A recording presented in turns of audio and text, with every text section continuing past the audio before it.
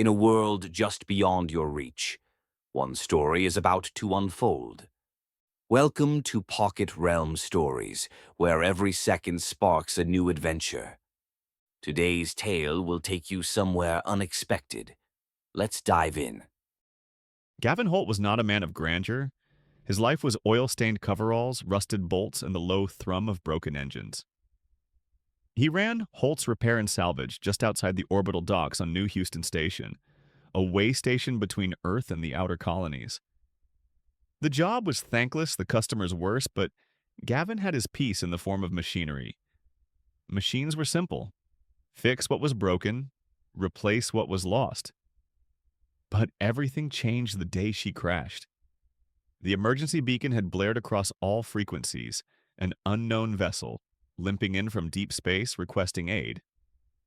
Gavin, half drunk on synth whiskey, and elbow deep in an old freighter's turbine, had barely noticed until the station AI pinged him directly. Unidentified alien craft approaching Dock 94. Proximity alert. Alien?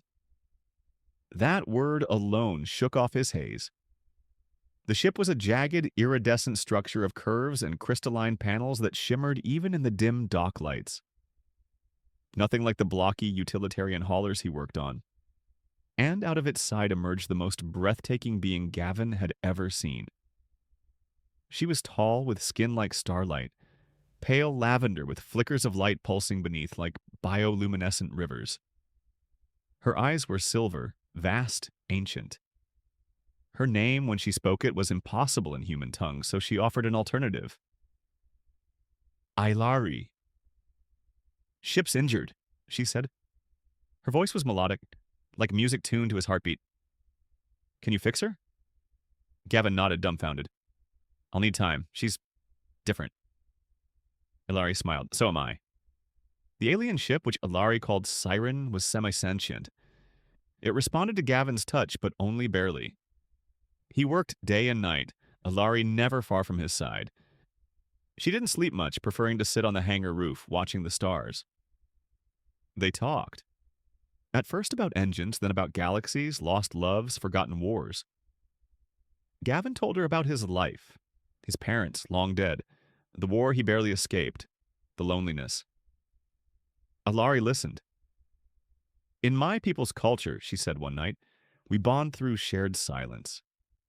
You have a loud mind, Gavin Holt, but your silences speak truer than most words. He didn't know what to say, so he said nothing. One night, Gavin found her singing to the ship, humming in a language he couldn't understand. The broken panels began to pulse gently with color. Her hands moved over the ship's hull like a healer. You're fixing her, he said. Helping her remember how to heal, she corrected. She needs both of us. Their fingers brushed over a control node. Heat surged. Ilari turned and something passed between them. An electric current, a gravity beyond science. Later, as they sat together sharing dehydrated peaches and recycled water, Ilari leaned close. Do you believe in fate, Gavin Holt? I didn't until you crashed into my life. Rumors spread on the station. Alien tech. Unregistered ship. Humans feared what they didn't understand. Officials came. Questions were asked. She's under my care, Gavin said, standing between them and Ailari.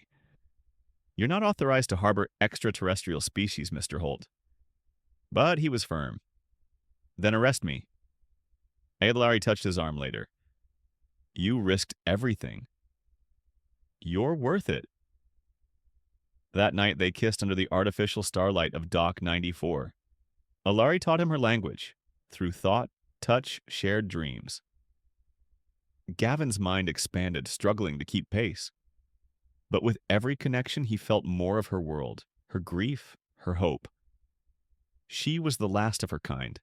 The siren was their ark, carrying memories and seeds of a vanished civilization. We failed to understand each other, she said. Now we wander, seeking resonance. Gavin held her. You found it. They became inseparable.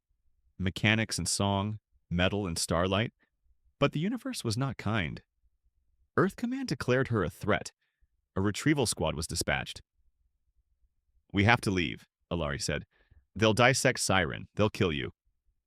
Then take me with you. Her face fell. You can't survive the void. Your species is not ready. Then stay. I can't. Their final night was a blur of words and tears and touches that defied anatomy and species. I will find a way back, she promised.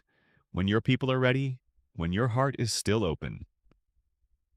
The siren departed at dawn.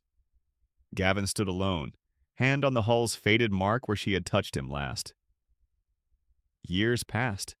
Gavin never left the station, never stopped working, but he changed. He became a quiet legend, the mechanic who fixed alien tech, who spoke to stars. Sometimes he'd climb to the hangar roof and stare at the void, humming a tune no human had ever written. And sometimes the stars would hum back. Another realm explored, but there are countless more to discover. If you enjoyed this story, like, comment your favorite moment, and subscribe for more bite-sized adventures. Don't forget to hit the bell so you never miss the next trip through the Pocket Realm.